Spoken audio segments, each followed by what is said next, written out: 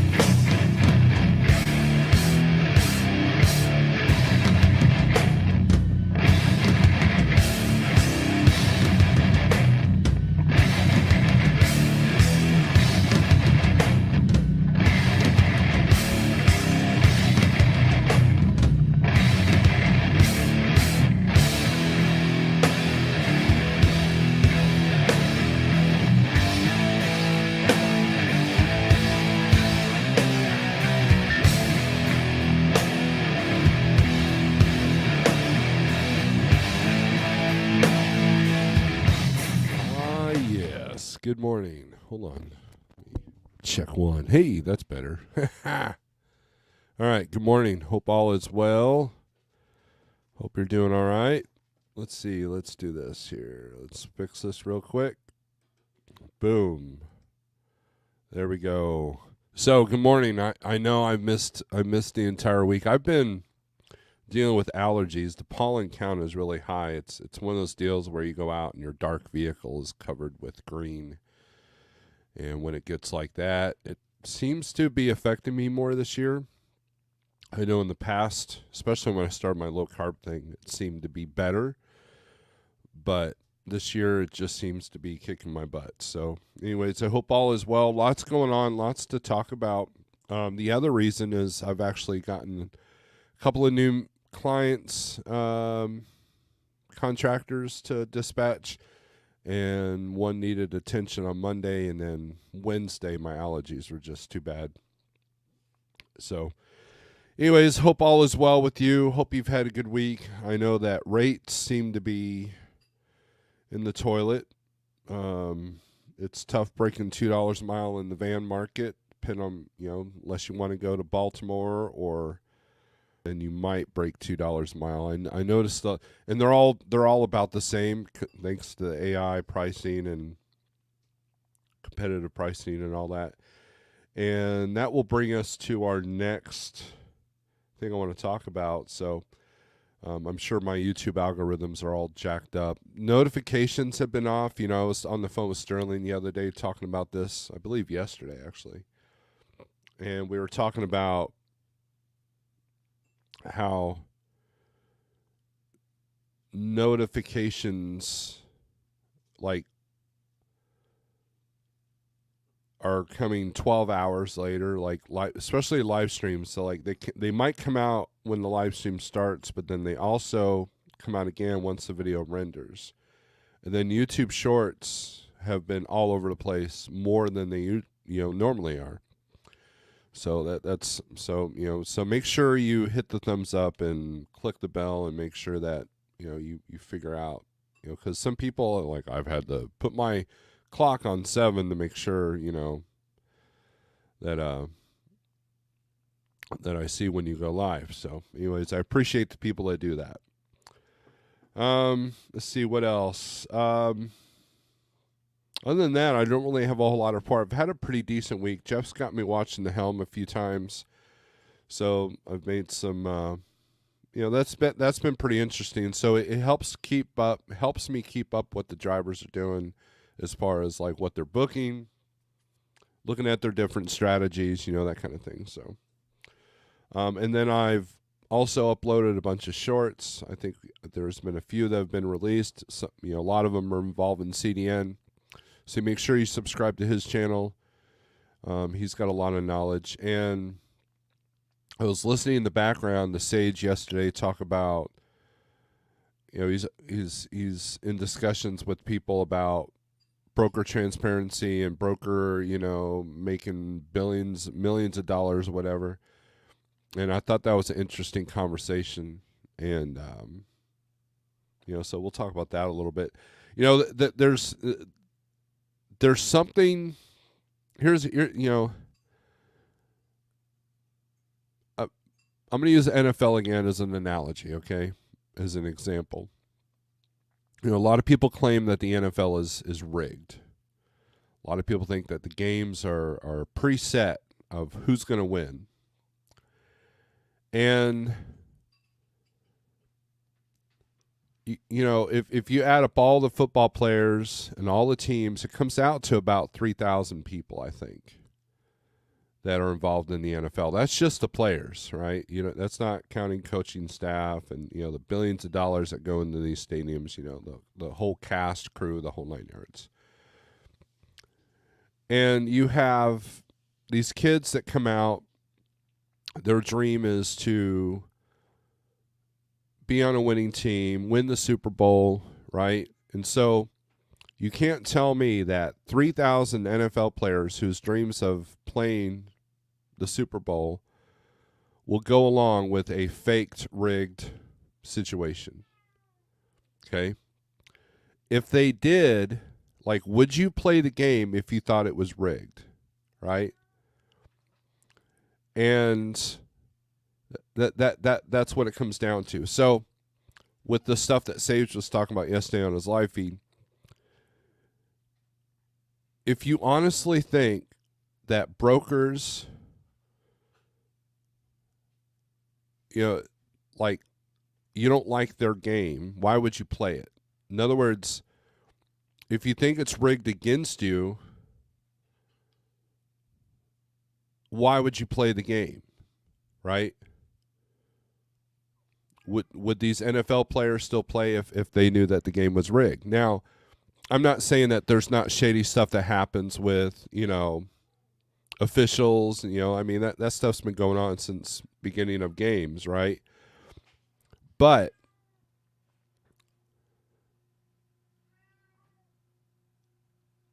when it comes to the rules of warfare, there's strategies that you have to do. Become a politician, you've got to strategize on how and when and where to manipulate and orchestrate. And business is no different. Business doesn't care about your feelings, as DIY likes to say. And to me, if you completely despise brokers, why would you want to only rely on them for your revenue? Are there shady brokers? Absolutely. There's shady people in any business. And I don't understand why it's such an like we're in the desert you have this. I know I'm getting stupid here. In the desert you have these huge mountains, and sometimes the clouds can't pass those mountains, and it seems like that's where we're at. We can't get past this one thing. And a saying comes to my head. There's a saying that goes, losers often complain that the game is rigged, winners just play on. It's a sentiment that highlights the tendency for those who haven't succeeded to blame external factors rather than looking at their own actions or strategies. It's a reminder to focus on improving oneself rather than making excuses. And I think that if we just sit here and gripe about how brokers are doing this, brokers are doing that, it doesn't solve anything. all it does, and look, I'm not defending the brokers. I'm just saying that your state of mind is what's going to help you get beyond that. If you're dealing with one broker agent only and that person's shady, would you still work with them? If they lied to you about detention or layover, or if they told you that it was that you could deliver tomorrow morning and they won't take you, and then you get to the receiver and it's like a week later and then you find out later that the broker knew about that, would you still work with that one particular broker? Probably not.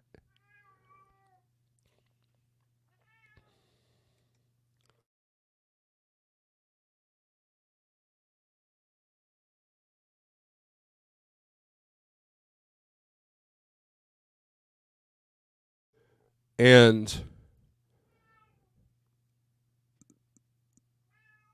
you hear my cat in the background.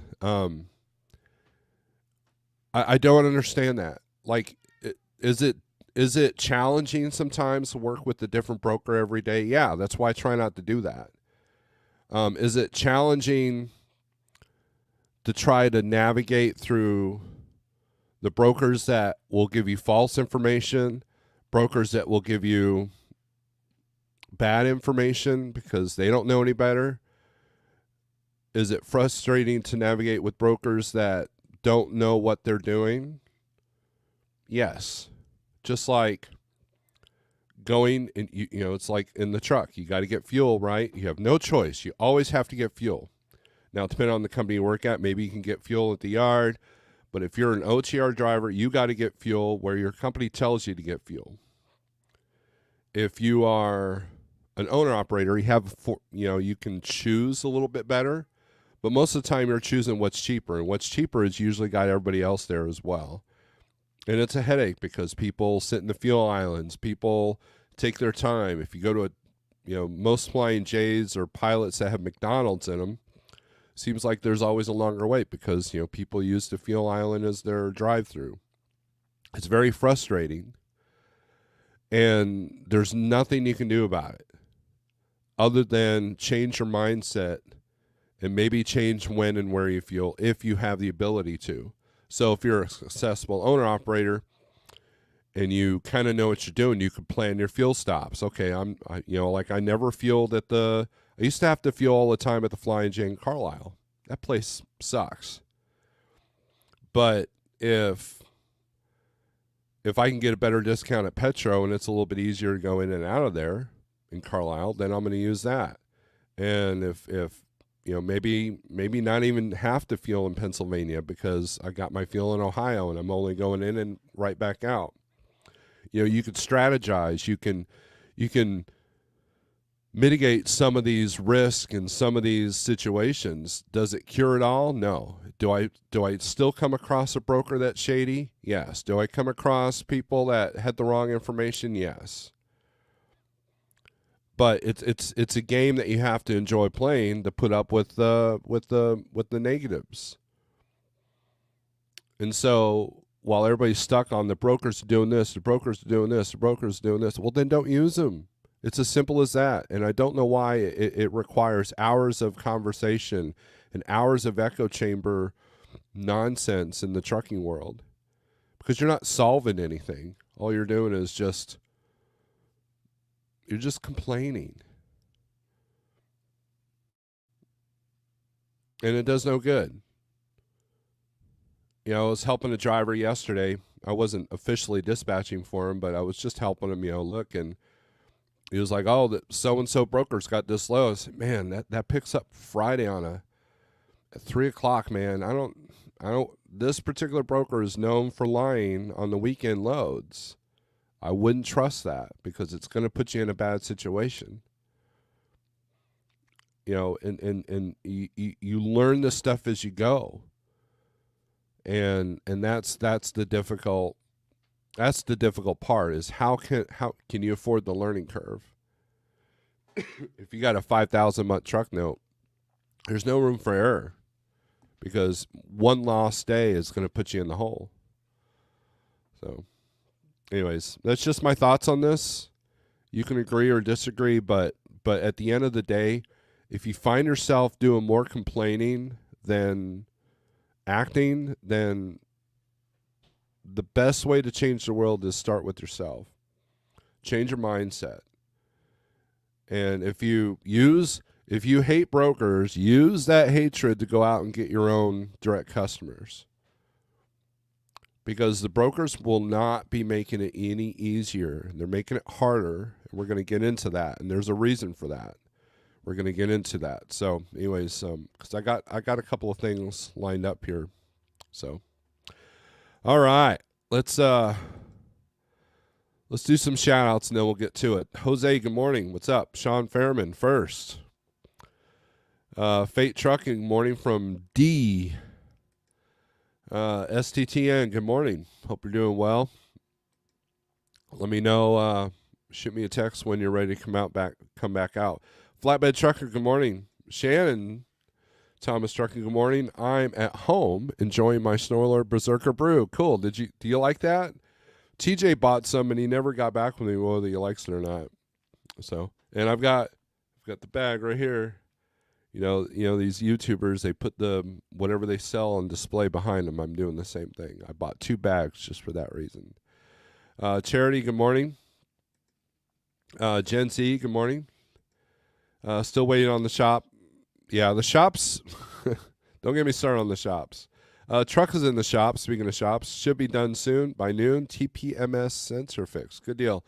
Now, speaking of shops, I've been going over my 2023 stuff, and I have the last 3 repair bills of my truck that happened in 23, and that's going to be a members only video where I talk about the exact details of how much that cost and what it was, and you'll probably figure out why I sold the truck. One of the reasons why I sold the truck.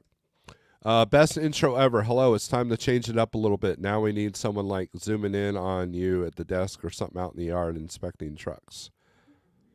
Okay. So, though. All right. CDN Freight Broker. Good morning, Steve. Welcome back. The funny thing is not much has changed. Still doom and gloom.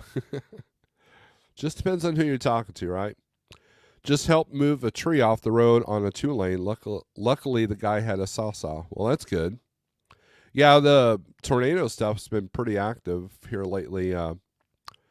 We dodged the bullet. It was supposed to come through Southwest Missouri, but it kind of like skipped and then formed after it went east of us.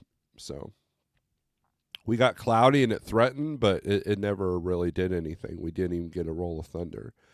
My name is Nobody. Good morning. Just stoking. Good morning, Steve. Happy Friday with your Berserker. Delana coffee this morning for me. Awesome. Excellent. I haven't talked to contentcreator.com where you can get my coffee yet to see what my sales have been. But thank you for everybody for trying it out. I hope you like it. Rig Pig, go Broncos. Sigh. That's funny to me. Red Top Rich, all you got to do is get to the refs, right? You heard what your cat said, right? Be feeling. I can tell you brokering is not rigged. Rates are driven by supply and demand of a lane and negotiation ability. This is a hard industry. Establish a book of business. Right. And CDN, we're going to get into that. Chris Howard, morning drivers. Dying breed. I was looking around my own house for a cat. Good to see you, my friend. I haven't talked to you in a minute. Hope you're doing well. I think your cat wants some beef jerky. No, he does. Well, I've given him some deer jerky, and he just kind of looks at it. I think it's just too spicy for him. You know, it's funny. I saw a YouTube short where it showed like, this is the difference between a cat and a dog. Cat, they've got to investigate, and the barometer's got to be right when you're handing a piece of food, and all it's got to evaluate and smell it. Meanwhile, dog just inhales it with the napkin. It was a funny video. Dying Breed says, good morning, YouTube. It's your favorite American local truck driver checking in from Georgia. Jerome Jones, good morning. Rig Pig says, my cats were looking around for another cat. Yeah, Trucking with T-Bone, good morning, all. Chief Freight Hauler, Snorelord on the screen equals a great morning. Well, thank you. It's very touching. Big Tail, yo, what's up? Best advice, buy something, hire a broker. This experience will change how you look at brokers and other carriers. Truck's been in the shop since Monday evening. This is the longest I've been home in the last year and a half. Wow. Well, hopefully they get you fixed soon. Steve, hats off to you guys. With carriers is rough and babysitting customers is a full-time job. Right. And, and there's evidence that this is a customer-driven, economical-driven downturn. So let's get into this here. So we're going to go to Reuters because it had kind of the best article. So let's see if I can zoom in on this. Share screen. Let's get that off there.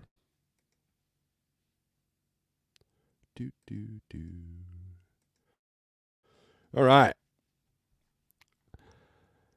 Here we go. Trucking firms tumble after J.B. Hunt, Knight Swift signal longer road to recovery. See, you're not the only one struggling. The big ones are struggling as well. All right. This was as of April 17, 2024.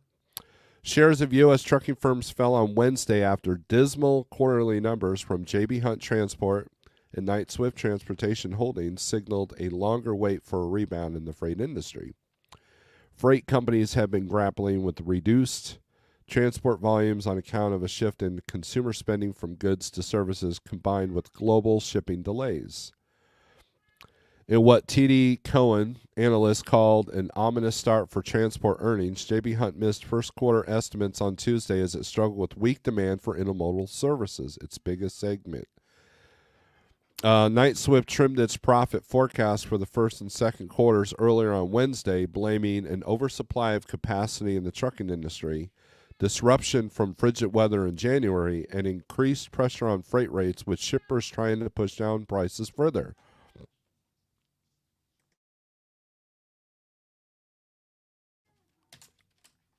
And let's see, let's go down here. The bottom has become longer and deeper than feared, even with an inflection in either demand or supply in the coming months. Ongoing weakness could set J.B. Hunt's revenue and margins back for much of the remainder of the year, said Evercore analyst Jonathan Chappell. There. Knight Swift's report was worse than the worst case, quote unquote. Chappell said, adding, both reports confirmed the greater pressure at the end of the freight recession and reset the launch pad for eventual cyclical recovery substantially lower. At least 11 brokerages cut price targets on J.B. Hunt. Shares of J.B. Hunt and Knight Swift closed down 8.1% and 4.3% respectively, while transportation peers such as Werner and ArcBest closed down 2% and 6.2%. So J.B. Hunt and Knight Swift aren't the only ones feeling this pinch.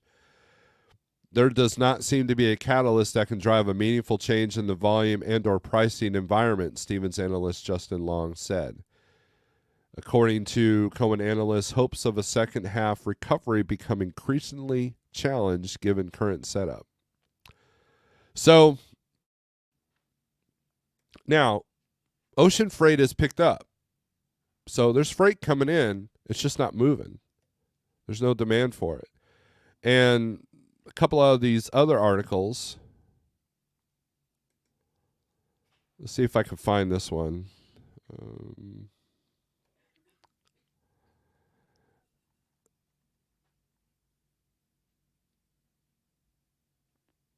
All right. So this is from Morningstar. And then we'll get to your comments here. So I want your thoughts on this. So Knight Swift Transportation's holdings stock slid 3.5% Wednesday after the freight company drastically lowered guidance for the first half, citing an oversupplied truck market, disruptive weather in January, and a softer than expected start to the bid season. That's important. Whoops, I didn't do it yet. There we go. Bid season refers to the time of year when freight companies negotiate rates and contracts for the shipping season. This is the important part. The early part of the bid season led to greater than expected pressure on freight rates as some shippers are still trying to push rates down further, the Phoenix, Arizona-based company said in a statement. In some cases, Knight-Swift lost contractual volumes because it was unwilling to commit to further concessions on what deemed unsustainable contractual rates, said the statement. So in other words, they are dealing, they're living with the hand that they've dealt of the race to the bottom. In other words, the race to the bottom, they've hit bottom, and they don't know if they can get back up. That's how I interpret that now. I'm not, I'm kind of lame, but now it says that means more capacity being allocated to the spot market, putting further pressure on revenue per mile and utilization in the near term, although it positions the company better to respond to changes in the market, it added. Softer volume and pricing headwinds also weighed on the company's logistics business, including on margins, and the company diverted loads to the asset division to offset the volume losses. And it goes on about, the stock and all that. The updated guidance assumes that the current conditions persist.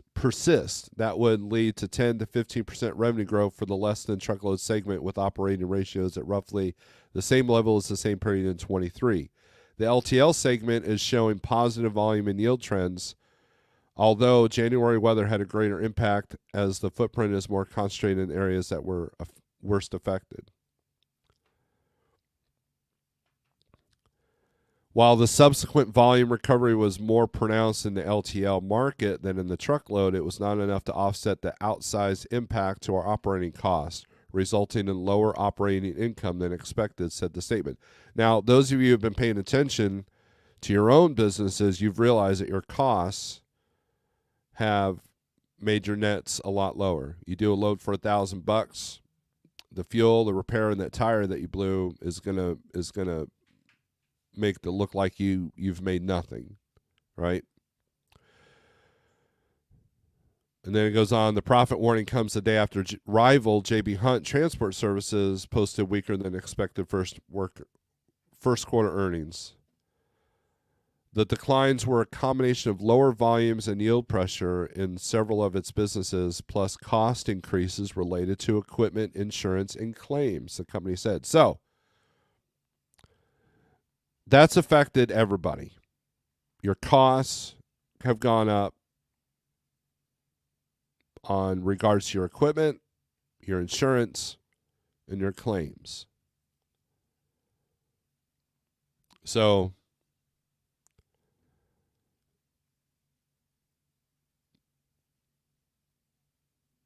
Evercore ISI analyst said the warning confirms how dire truckload, logistics, and intermodal conditions are at the tail end of a 2+ year freight recession.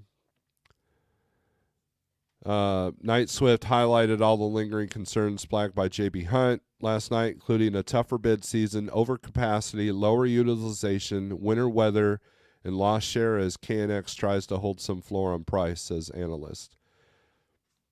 This news is negative for the entire cyclical transport earnings season and reset the eventual recovery substantially lower, they wrote in a note to clients. In other words, they're not seeing a light at the end of the tunnel. And it's taken them by surprise. Like whenever they do these projections and they don't perform, then that means they didn't expect it. And how many times have we've gone over articles of Coyote and C.H. Robinson saying the same thing? Oh man, we didn't expect this. We didn't expect it to be this long. We didn't expect this. That kind of thing. And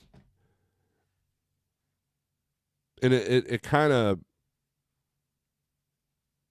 I don't know. It's kind of like, we talk about owners that didn't make hay while the sun shined, And it seems like the bigger companies have done the same thing, but their costs are creeping up on them as well.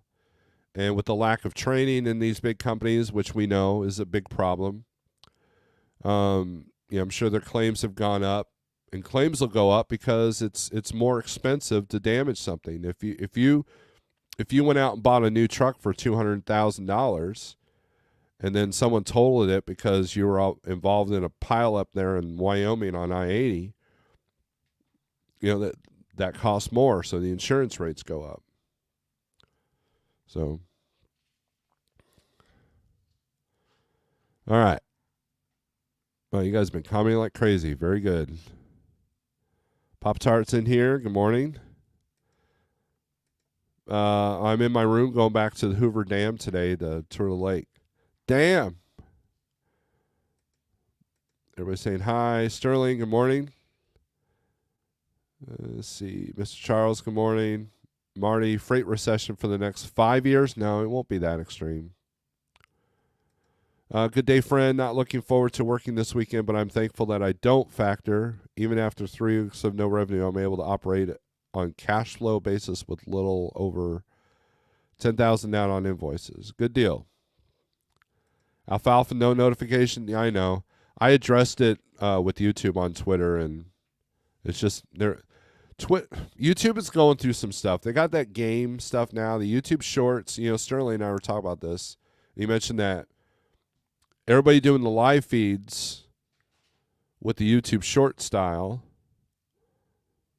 and these live feeds are just people just doing random things like sleeping and driving and all that is weighing down the servers, and it's got everything all glitchy. So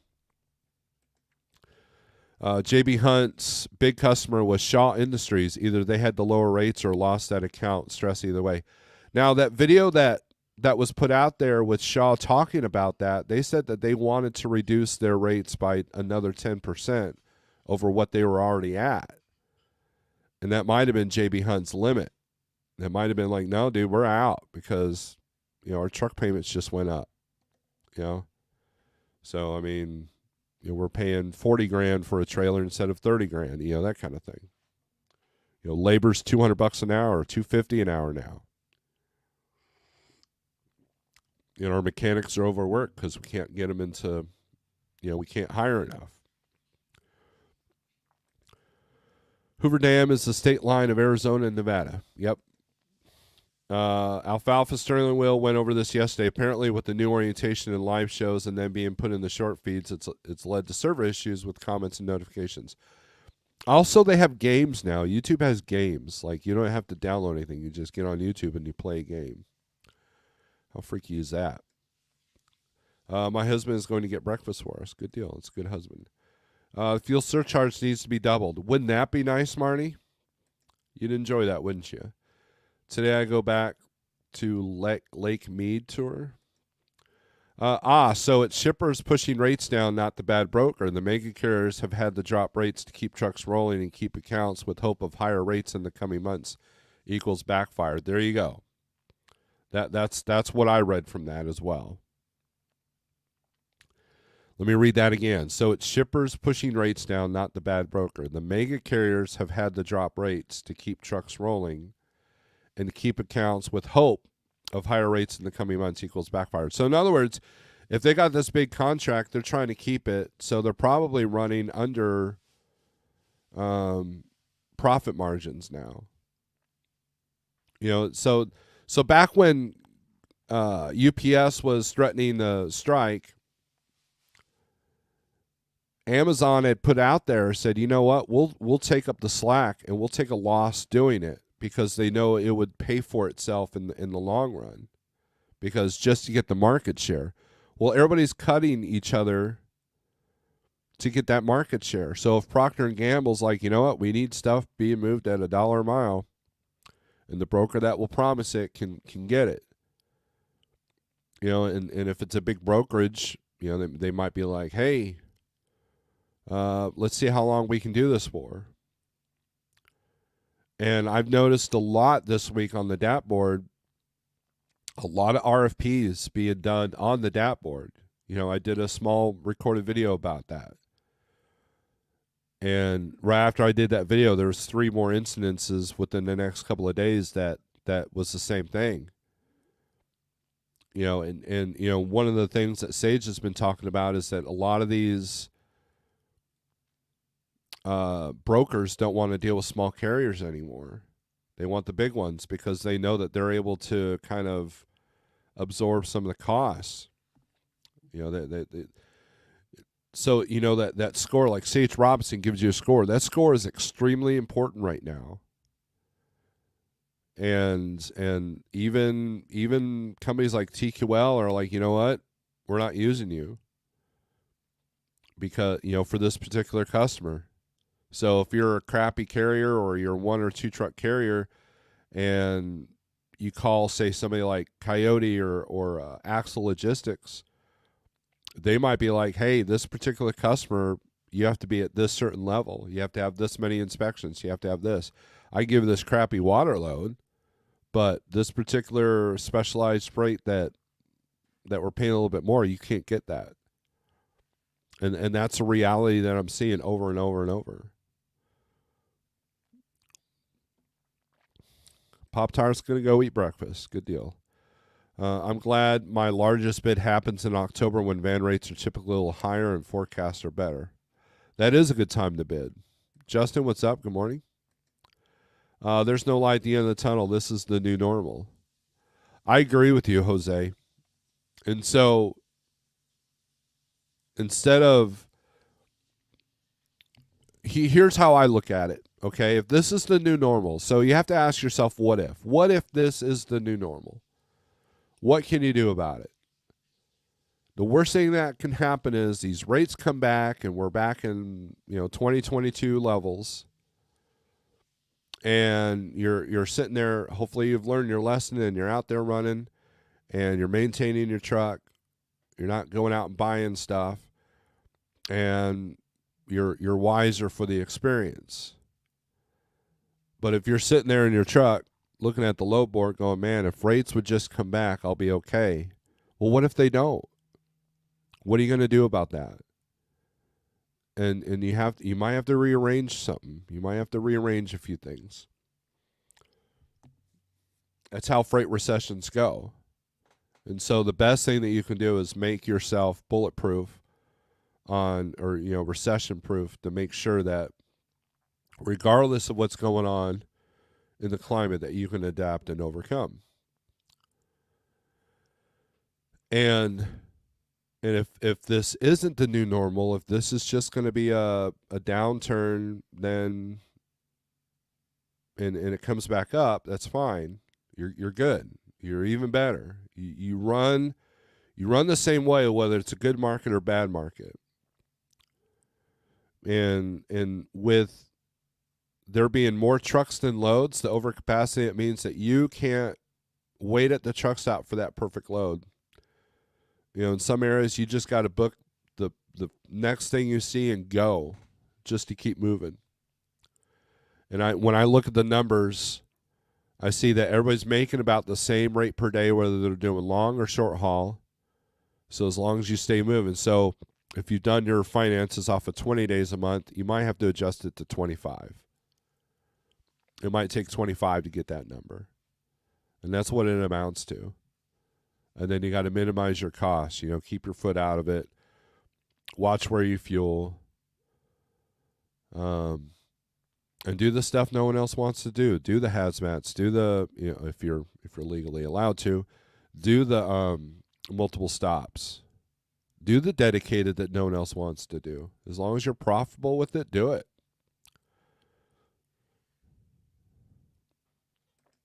Marty says, I don't think it's cyclical at all. It's dispersal. I have no idea what that means. Quick hit, what's up? Riding Dirty, what days and times do you go live, brother? Usually Monday, Wednesday, and Friday at 7 a.m.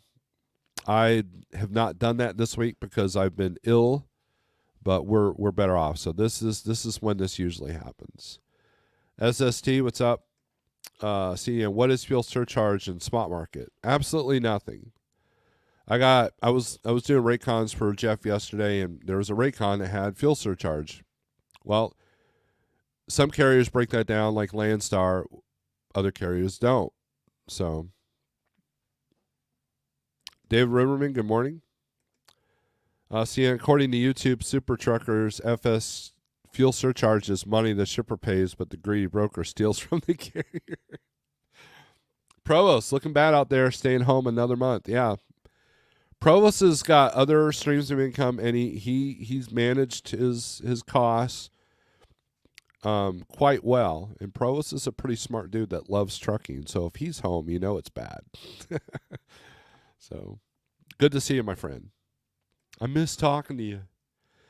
This is not the time to buy a truck right now. This is a very hard market. Only a tough will survive. Right.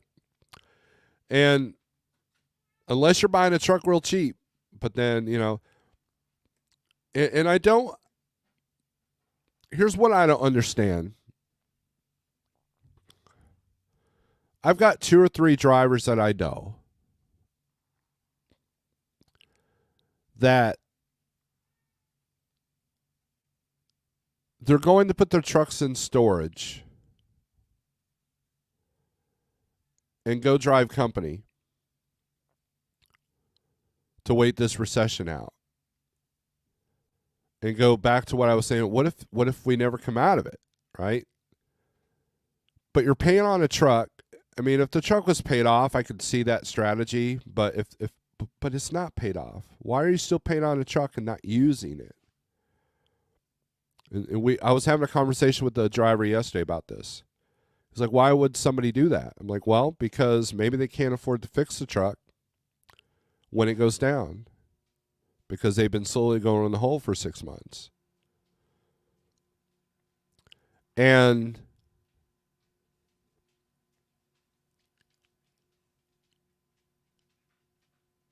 when you look at some of the running styles of these drivers that are putting their truck in storage, like my running style wasn't supporting my truck, you know, towards the end, because, you know, I was doing other things, so I wasn't running all the time. I'm guilty of that.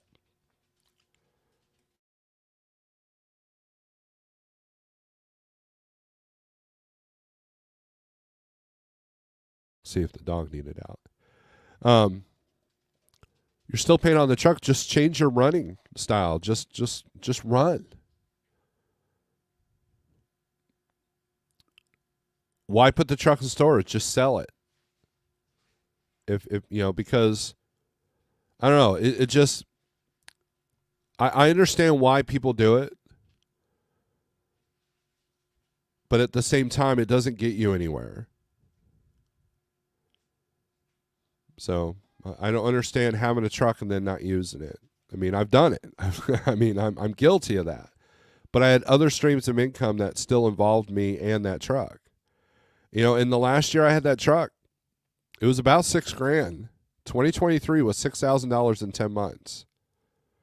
Just from the laundry list, because it was an older truck. So it wasn't, you know, so if you divide, you know, people say, well, your truck was paid off. Well, was it? 6,000 divided by 10 months, that's $600 a month, plus insurance, which was about $300 a month. So that's 9,000 divided by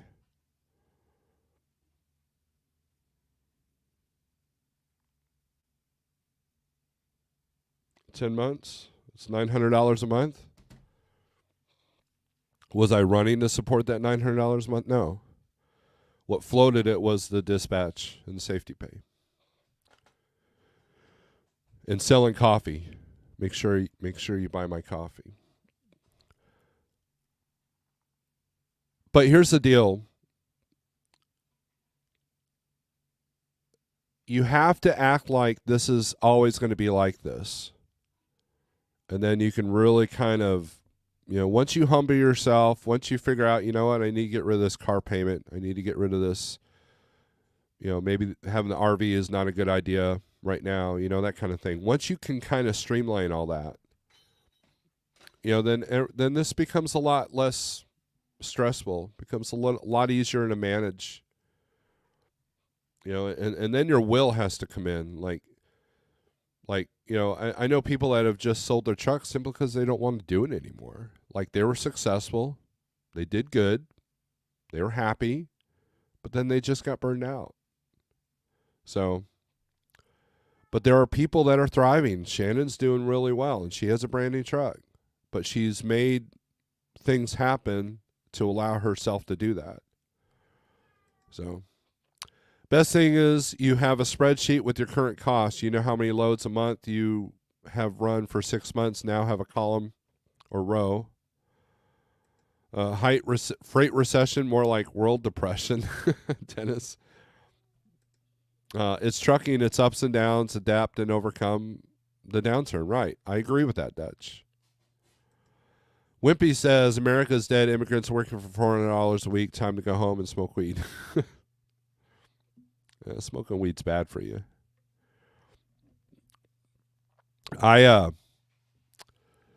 That's part of the new normal, though.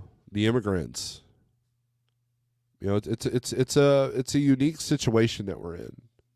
Well, it's not unique when you look at the history of our country, but Gen Z says definitely lots and lots of opportunities out there right now. The opportunities are low boards out of your home city, asking every broker how often they have freight out of the area. Right. So let's turn this around a little bit, Gen Z. Thank you. So if you go out there, if there's a bunch of RFPs going on, try to get in on them, and just know that you can't you can't bank on that every single month, but at least it's something. You do a great load for someone, ask them if they got more. Ask them how often they, if you get a good repertoire with the broker, see if you can run for them. Say, hey man, you're my dispatcher. Where's all your freight go? And there you go. I know several people that are doing that, and they're doing very well. And then other people, like, we've got a couple of drivers that are centrally locating themselves in one small area and running that area to death. Like I said, I always brag about our guy Al, who's constantly doing Florida, Georgia, back and forth. He's one of Jeff's top earners, and he does nothing but Florida, Georgia, just going back and forth, supports a family of 5 with the wife not working. So it can be done, and he loves it. He's a hustler. He makes Jeff work. He's constantly, if I watch Raycons for a day, half the loads are Al, because he's constantly moving. He's constantly working. He's constantly going. He doesn't just get in Florida and go, well, this sucks. I'm going to stay here for 2 or 3 days. He doesn't do that. He lives in Georgia, so he has to know his area. He doesn't want to be going from Maine to Portland, Oregon. He wants to run his area, and he knows his area. He knows the brokers. He knows the customers. He knows the routes. And he makes it work. Is he working harder now than what he was probably 2 years ago? Actually, he isn't. He's working just as hard now as he was then.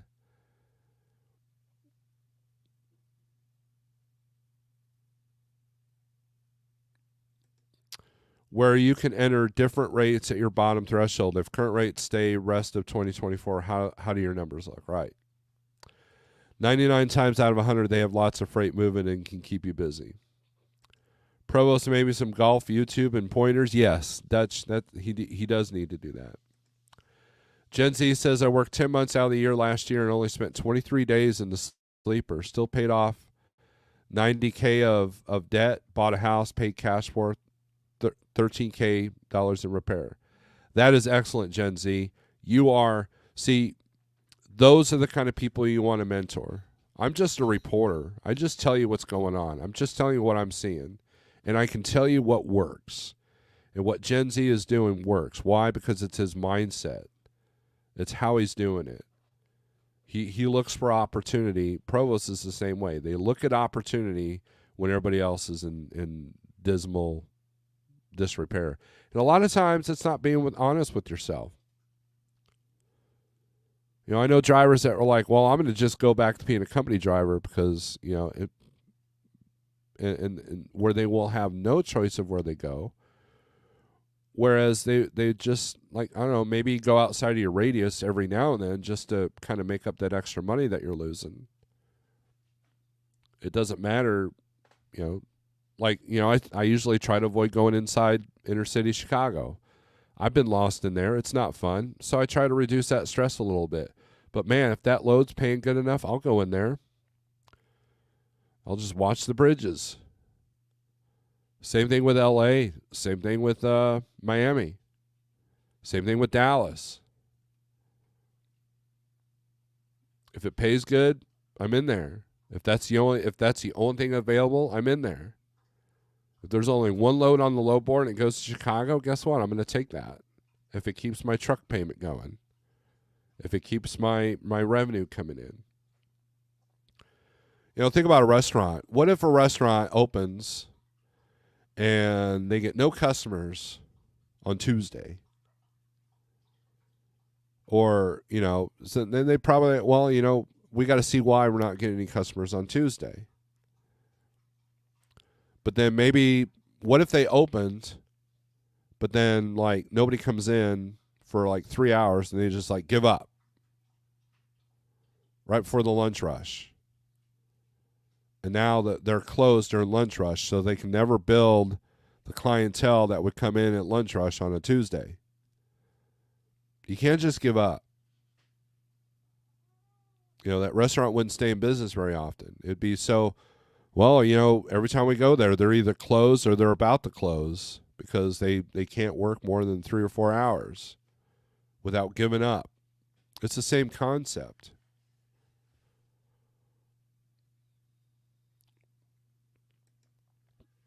WCF says Snorelord has hookups with a good paying rate. He got me a sweet $4 mile per load a couple of days ago.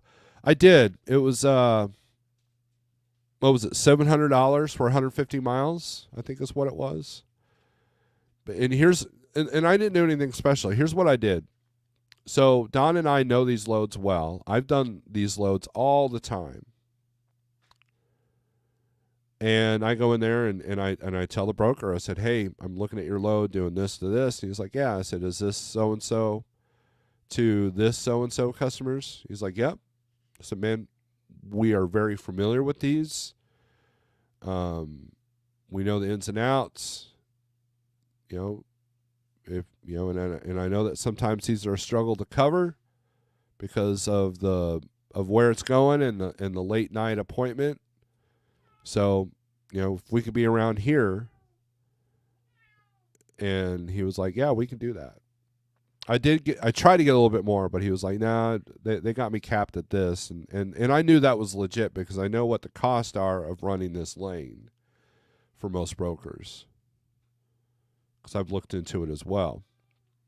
And I know several brokers that run these same loads, and they're about the same. It's when they get posted for $525, that's when I'm like, oh boy, they're trying to keep this low as possible. But at $525, it's not worth the effort. You can do something better. And so just recognize, see, but I know the area. I know the customers. Don and I have this repertoire. It allows him to go in and say, hey, broker, how many of these a week do you have? Let me be your guy. And he might be able to do these round trip all the time. And that would be enough revenue for him. Because it's only 150 miles. Now my wife stays home. I don't know why people are saying it's all that rough. If you have spent the time to make relationships, my rate per mile was probably like $2 a mile. Lots of money to be made at $2. There you go.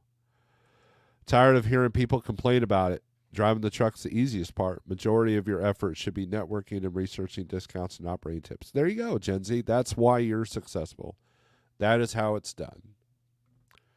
But yet you have these echo chambers on YouTube talking about brokers this, brokers that, and it's like, then stop using brokers.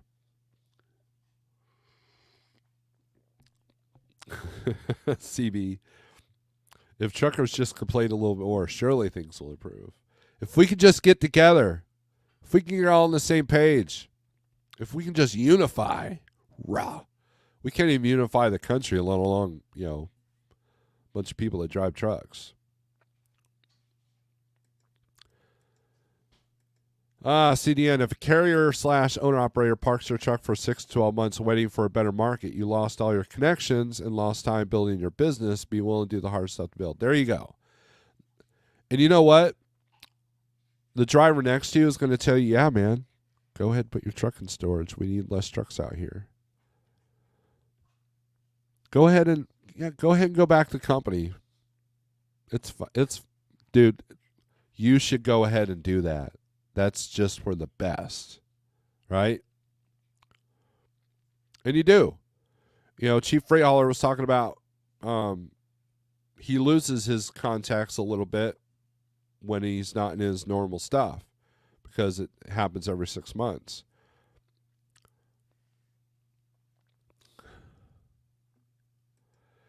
Wimpy makes a good point here. $90,000 for a pickup, $400,000 for a house. Those immigrants will be working quite a while, and that's true because they're not out there buying those things. I think, and I've mentioned this before, but 11%. It's said that only 11% of Americans can afford a brand new automobile.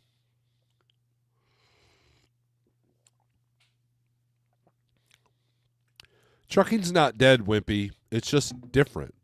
It's changed. And so you have to adapt and overcome. I keep saying TIA Broker Directory. How many have spent time calling those brokers? What about taking off 1 full month to network, cold call, knock on doors, get accounts in my area since my equipment is all paid off, or do I just continue bringing in the revenue? That's a great question, Justin.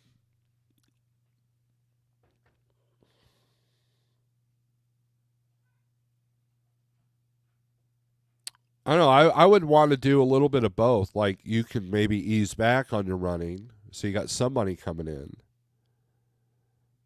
but then still, cold call, knock on doors, and all that stuff.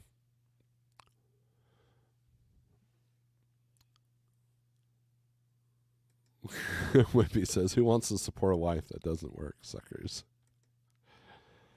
Every load is a journey. Some easy, whole other loads are problem after problem. Those are typically disorganized shipper consignee. And this is how I look at it, right? CDN's right. There's a certain receiver in Jackson, Georgia. I'm sorry, Pendergrass, Georgia. And it is a nightmare to go in and out of. And everybody does it wrong. When you check in, it's like a 3-island, it's like that 4-island pilot at Murfreesboro. It's just stupid, right?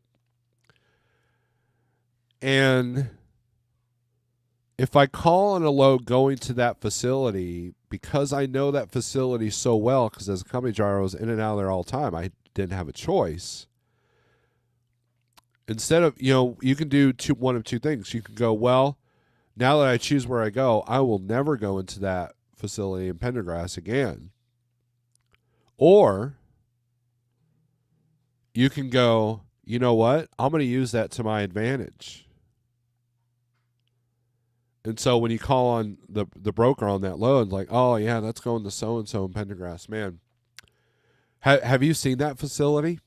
Oh, no, you got to do this, this, and this. I'm very familiar with their check-in process. There's this guy named Hank there that he's really rude unless you kind of know what you're doing. And his patience is short, but, I'm in good with him. And he, I go in there and you don't want to tell him all that, right? You can tell them, oh, yeah, that's a very difficult place to go in and out of. Man, I don't know. That's a bit of a headache. I imagine you probably have a lot of trouble finding trucks to go to this place. And the broker might go, yeah. He might not admit that, but in his head, he's at least going, okay, this guy knows what he's talking about. And so next thing you know, you're the go-to person that they're going to call because no one else likes to go in there. Meanwhile, you've got a system. You know that you can talk to so-and-so, and you know not to check in this area. You know to go where the yard dogs won't get mad at you. You know what you're up against. So therefore, you can prepare and you use that as leverage. You use your knowledge as leverage to be able to get a better rate, which is very similar to what we did with Don's load. Another one was at Snyder.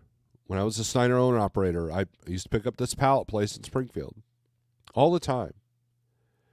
And the first time I went in there, these guys, the guy at the shipping office, he goes, can I help you? Grumpy.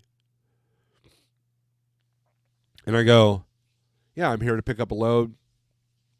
Here's a load number. And he's like, oh, Snyder, huh? What is up with you guys? I'm like, yeah. It's like, this load was supposed to be picked up on Wednesday. He started ranting to me. And, and I go, man, I apologize, sir. We have a load board that we go off of. This was put on the load board this morning. I grabbed it. I'll tell you what, give me your name and number, and I'll talk to customer service and see if we can't fix this problem. Then his attitude completely changed with me because I showed that I gave a crap.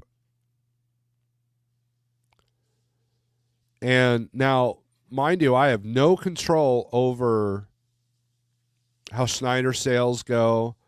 I have no idea. Sometimes these contracts, they go sour because the carrier doesn't want them anymore. So I have, with Schneider being a big company, I have no control over that.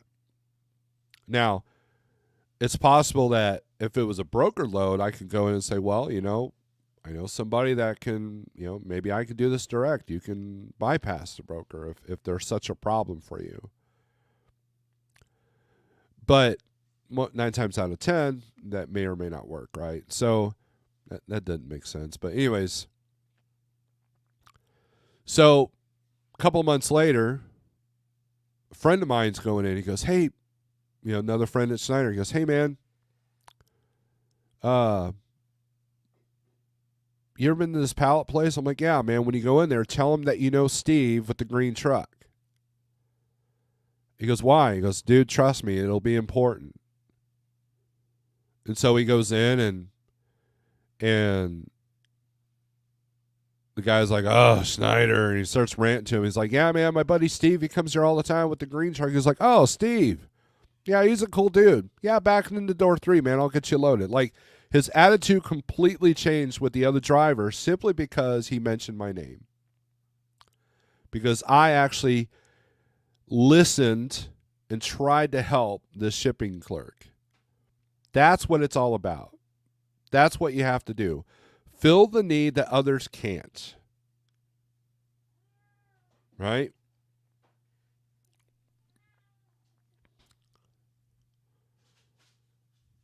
Gen Z says, when she's taking care of your newborn and making great food for the truck, it's worth the amount she was making it work. To each their own. Yes, if you got a good woman at home, then yes, it's a good deal, right?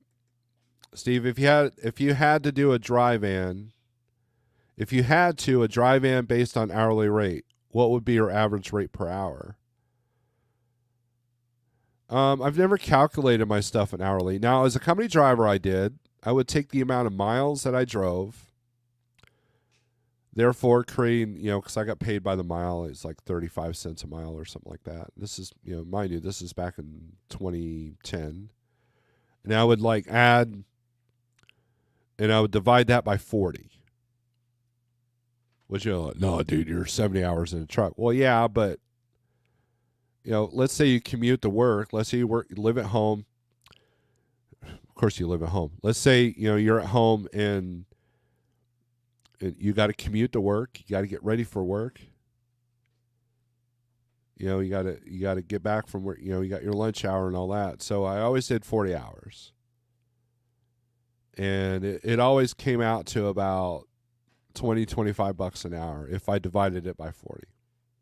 And I was home every weekend, if not every other weekend. But as far as an owner op,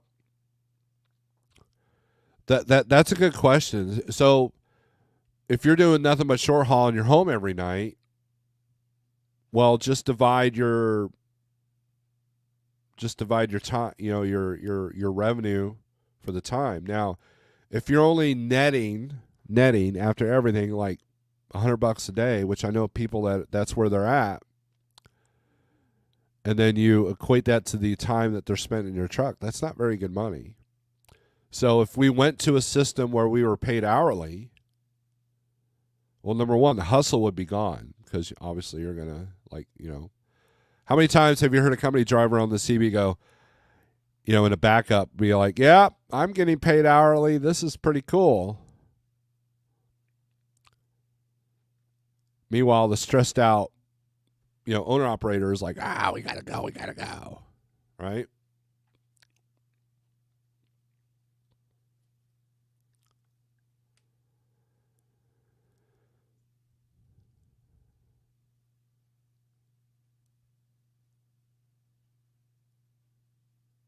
So I don't have that number.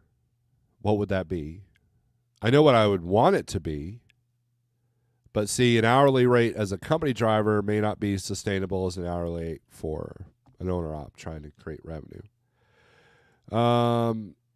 Gen Z Truck and I second your comment, says CDN. My wife stayed at home and raised our 3 kids. Right. And that's that's where having the woman at home really makes an advantage, because you don't want these schools raising your kids. Shannon says, please hit the like button. Has anyone tried the Dre Now app? I've never even heard of that. One difference is immigrant families are willing to live together. How many of us would be willing to live with our siblings, family, or spouse's siblings? Answer, none of us. Old School Trucking, what's up? Good morning. Doughboy, what is your investment comparison to a truck and trailer? I hauled scrap for years. I would ask the operator that unloaded me with magnetic, this is my lunchbox. Please be careful with it. On your truck, yeah. To be honest with you, what would your return of investment what is your return of investment in owning a truck and trailer? That is a tough number for most people. Because you got people paying $200,000 for a vehicle that gets them maybe a net of $50,000 a year.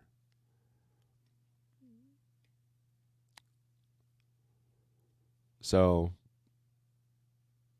and most of that money is going to everybody else, not you.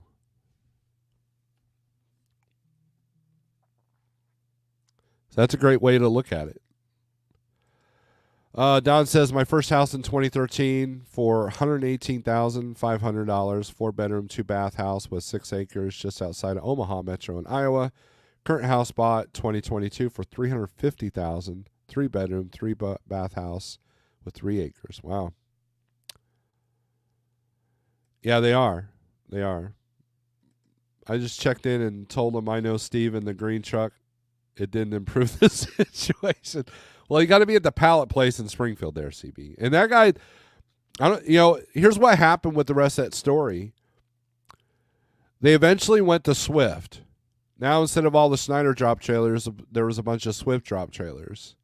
Because, obviously this relationship was going sour. I just managed what I could for myself and for my buddy.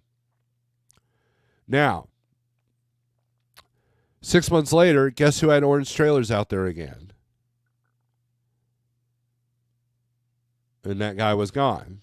So it's always changing. That's the thing. It's a moving target. Everything's a moving target. All of us can go to the range and go pling, pling to a thing that's, anywhere from 3 to 50 yards away, right? Well, being able to move and weave and dodge and, and still hit the target, or the target's moving. And I think that we all got complacent because the target was so easy. In 2022, that target was right there in front. You just blam, blam, blam, blam all day long. Now it's like, it's a little bit further and it's off to the right until I pull the trigger and then it's off to the left.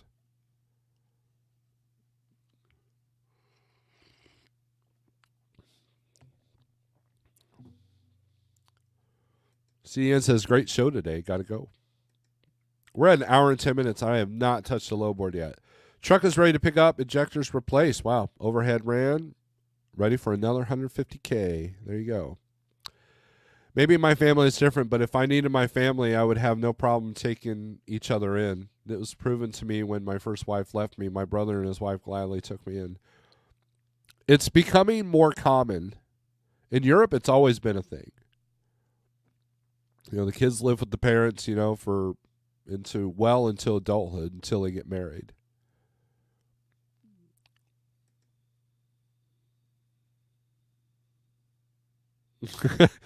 Covered Wagon Geezer. That's a great name. You should sell bumper stickers. I know Steve with the green truck, right? Bounced back within a month and got my own place, but having him there for me was unimaginably helpful and proved to me that he loves me and will do anything for me as I've done for him. There you go. My in-laws live with us. There you go. That's common too. So my mom is currently living with my sister right now. So, but anyways, let's take a look at some load stuff. Let's see what we can get up here. Well, let's take a look at the hot maps. CDN, says Marty, 8 hours a day times 150 an hour, $1,200 US dollars. There's your cost per time, per rate per time. Marty and CDN, I would love. Here's what needs to happen, and I'll orchestrate it if you need it. CDN, if you're still watching, you guys, you and CDN, Marty, you and CDN can get on my StreamYard, and I'll let you two talk about cost. I want you to present to CDN your cost per time and see how that goes. That would be awesome. I think that would be riveting. Cernan says 53 reefer, Yakima, Washington. Any. All right, well, let's do that. Let's get the screen up here. You just love that reefer freight coming out of Yakima. Yakima.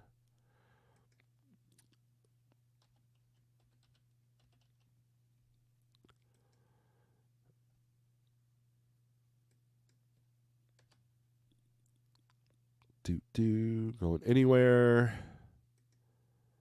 Let's put this for reefer. Search.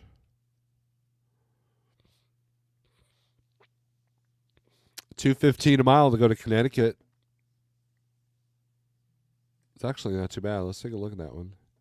A to Z Trucking.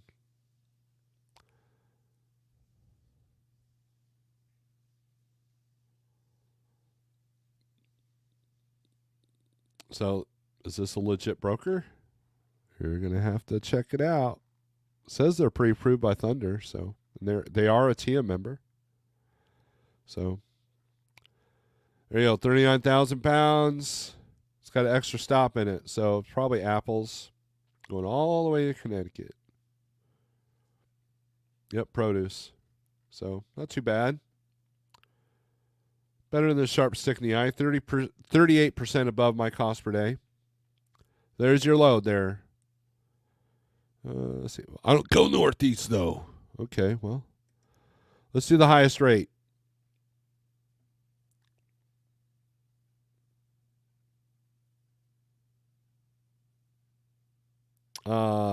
There's Washington to West Palm Beach, Florida for a little bit more. I would take this one.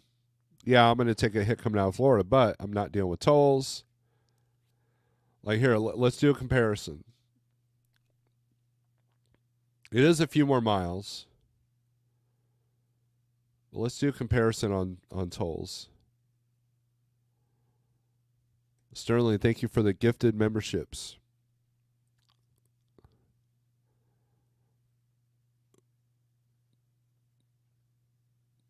Toll cost $206. Whereas this one,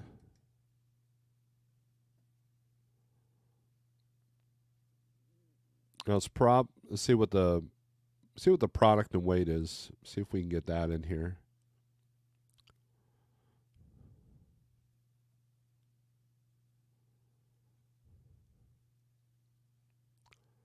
$5 So 6,600 divided by 5. It's not bad. Reefer, 42,000 pounds. 34, so it's probably same thing. Produce. $44 in tolls. So your net's going to be a little bit more on this one. Yes, you will take a hit coming out of Florida, but you stand a better chance of getting a decent load out of Georgia than out of the Northeast there to come back out. I could be wrong. You can tell me I'm dumb. Doesn't matter. Point was his investment was $50. If my rate dropped because someone wants to haul for a less than already tight market, I will park it like rent market. I understand. Look, we all have different strategies. You know, I've sat because of low rates before. I've done that.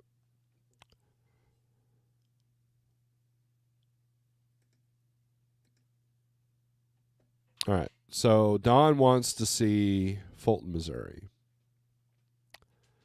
Now, Don says Fulton, Missouri, short haul Wednesday, April 24th. So what we do is we go to here. We put Fulton, Missouri. Obviously, that's where he's delivering on Wednesday.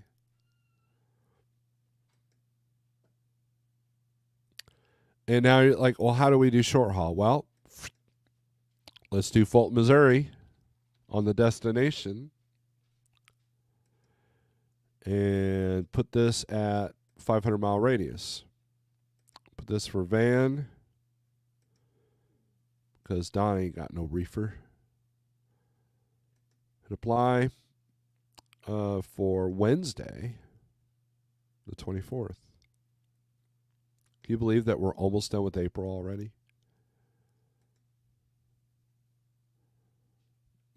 Boom.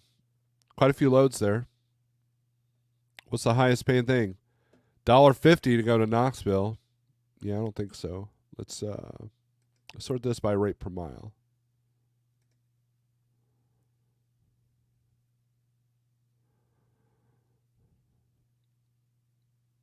$2.35 a mile to go from Monmouth, Illinois to Belton, Missouri. $9.57 to $2.27 a mile to go to Grand Haven, Michigan. There you go. See, only $4.50 though to go to Webster, Iowa.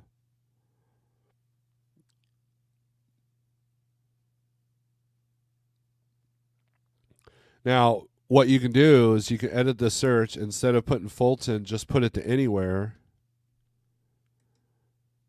And then look at your highest rate per mile. And that will bring up most of the short haul in the area. Oh, then you got the St. Charles to Hampton, Virginia, $3.11 a mile. I think Don would go to Virginia for $3.11 a mile. $134 above cost per day, $2,800. LTL, so shopping carts, there you go. 32 feet deck space required, 1 pick 4 drop, extra deliveries. Washington, Indiana, Concord, North Carolina, Chester, Virginia. So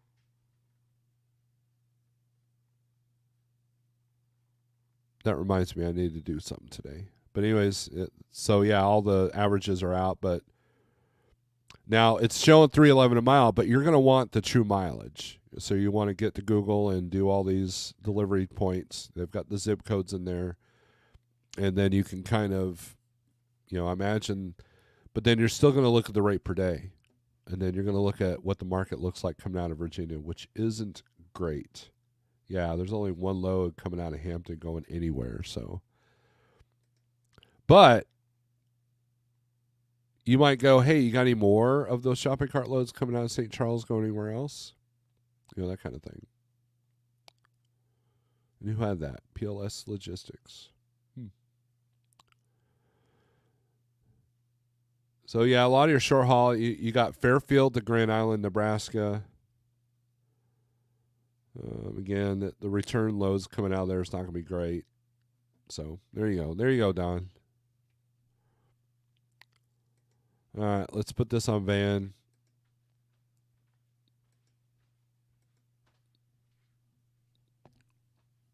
By the way, I hope you're enjoying your delicious Snorelord coffee. It is great. If Steve made bumper stickers, I would buy one that said "Hard work pays off. Smart work pays better."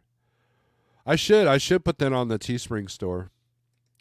Chief Freight says, just want to put things in perspective. Most hazmat tanker companies I used to deal with got $80 an hour detention for those that think that dry vans deserve $150 an hour.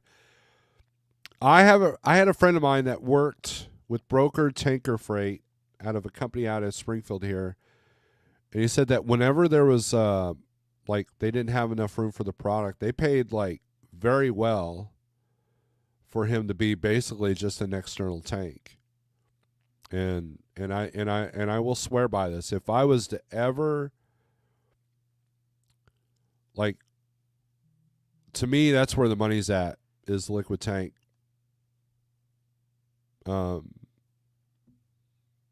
Especially food. You know, all this processed food we're poisoning ourselves with, it has to be hauled somewhere. The sugar and the molasses, the vinegar, the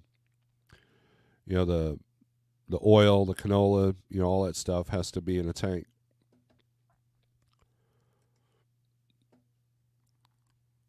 But anyways, here's van. California, Texas are green. Missouri, Arkansas.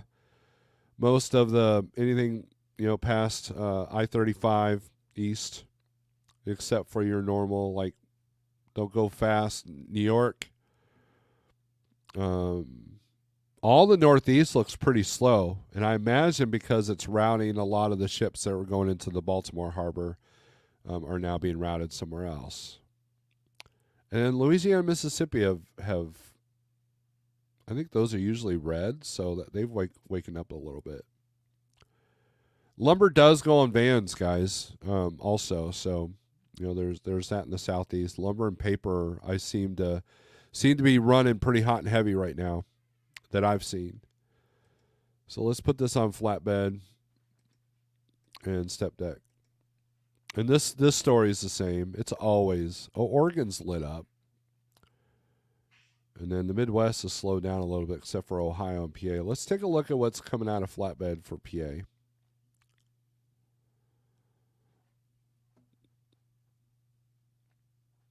Pneumatic Brit, good to see you, my friend. Big up, Tanker Yankers. There you go. We have a couple in here.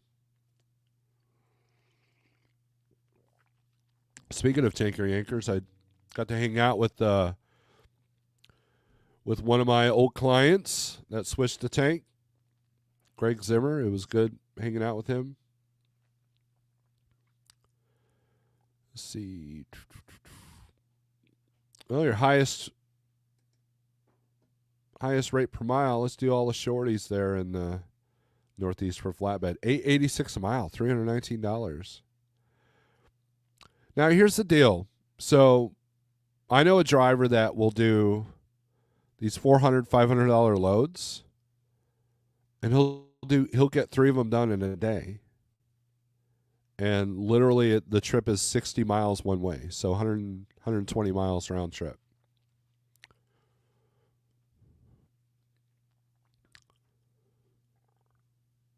There you go, $1,200 to go from Portersville, PA to Buffalo, New York. Let's take a look at that one. Cheap Freight Hauler says, yank the fuel tank for 16 years, plenty of work, high cost, but you still have rate cutters in that area of trucking too. Yeah, they're everywhere. I get that. those contracts are constantly being renegotiated as well, just like everybody else. Oh, it's this round trip. So double those miles. So what's that? 177 times 2 for 1,200. So, which that might be your thing. Who knows? Let's do highest rate. Let's see where the long haul stuff's going.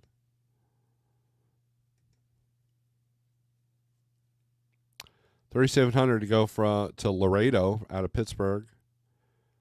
Looks like they're paying to go into Texas. They're not paying to go. $3,000, $1.17 a mile to go from PA to Grass Valley, California. Okay, this is a partial.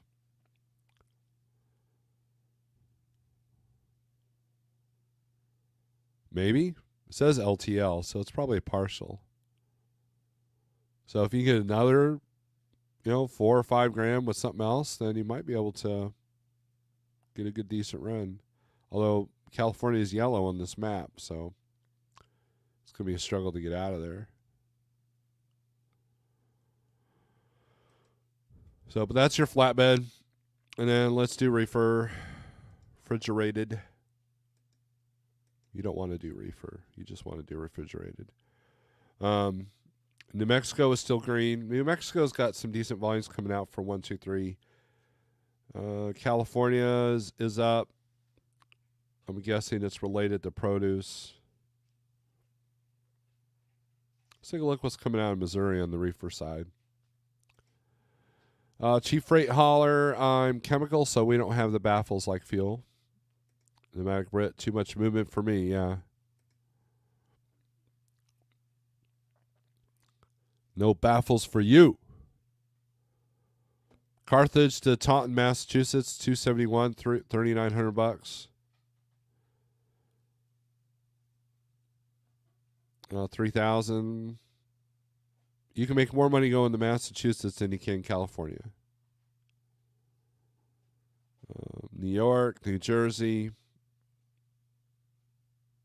205 to go to South Portland.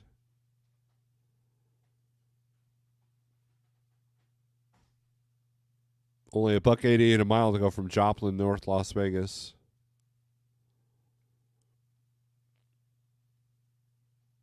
But Fox Logistics, they tend to be low. Anyways, they're always about.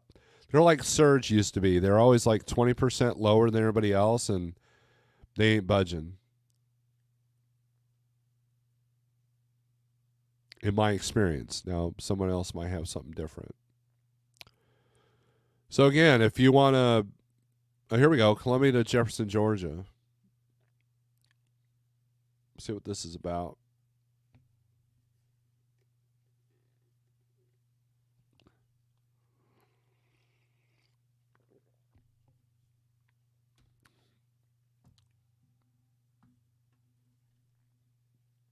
Chief Freight Hauler says, I've hauled tank-endorsed van loads that have moved more than a fuel tank, right?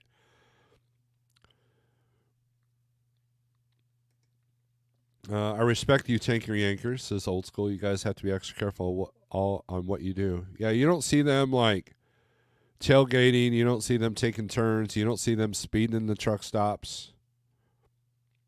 And you never see them sitting doing 34s on the road. You notice that? You notice that with the tankers?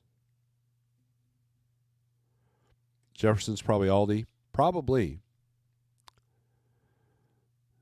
It's 36,000 pounds, refrigerated foods. Yay, thank you for that description. Picks up at 6 o'clock in Columbia. 114 above cost per day. So depending on what the delivery is, looks like it's next day at 10:55 p.m. How many miles is that? 692. That's a tight run, man. Especially if you're going to go through Nashville, Atlanta. That's a tough gig there, but it could be done.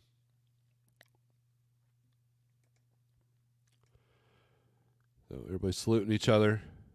So anyways, not too bad a freight coming out of Missouri.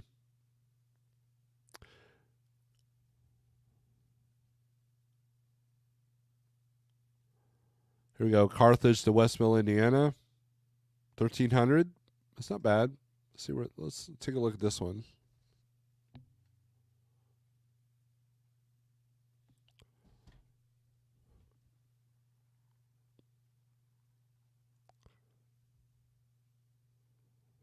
That's weird, Josh. I don't know. Josh just texted me. He can't seem to comment. Did somebody block Josh the vegan?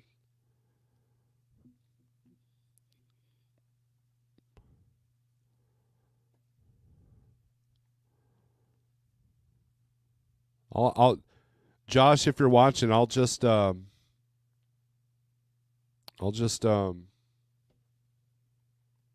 my block list, make sure no one's blocked you.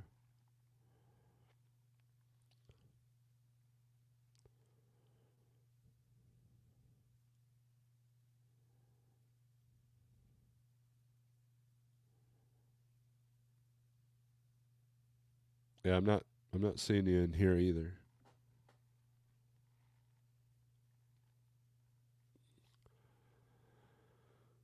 Let's see. It's a good rate per day. It's 580 miles. This is an easy 1,300. Negative 10, so you're going to burn fuel. $5 in tolls. That's no big deal. 447 a day on profit after 20% and your fuel. It's a pretty easy run. Lands you in a good area. How good of it? Well, let's go down here. You got 41 loads out of Indiana going anywhere. 114 out of Westville going anywhere on this map. So that's a good spot. And then there's a couple going right back to Carthage. Let's take a look at those. Let's see, Greenville to Clacamo, Missouri. And then Bradley, Illinois to Russellville, Arkansas. I guess that's closer to Carthage, but I don't know why that rate is so low for a reefer. Maybe it's a van load. Well, it says reefer, so 57. So it might be a partial. So you get 13 out and about 12 coming back. So that's not bad. Especially if you're doing that every day. So, and if it's not good enough, then you got to figure out, well, why is it not good enough? What can it be? What can be better about it? Scorpion Trucker, good morning, everyone, from sunny, warm Arizona. Getting loaded today with a 20-stop load heading to the Midwest. Truly hope all are well. There you go. You going to come through my neighborhood there?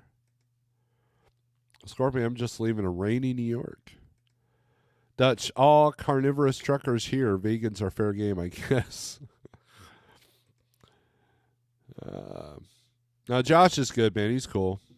I was able to help him and his wife a little bit with some dispatch stuff, so.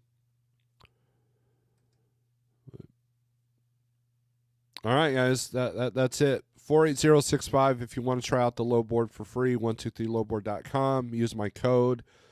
Also, contentcreatorcoffee.com. Type in Snorelord, you'll have my coffee. It's a blonde roast, so it's got more caffeine and it's not as bitter. Kind of like me. And although sometimes I can be very bitter. And other than that, check out the Snorelord OG channel for my non-trucking comment, for silliness and me displaying things that probably don't matter to you. But other than that, thanks for watching. Thanks for your support. Sorry I didn't go live most of this week, but we're here today. And look, it's a tough market right now. And but you'll get through it, man. Act like you want to get through it and make the steps necessary to get through it. Don't just go in these echo chambers and bitch about it. So with that being said, strength for today, hope for tomorrow. Aggression turns the screws. And I am off on my timing here. We'll see you Monday. Peace.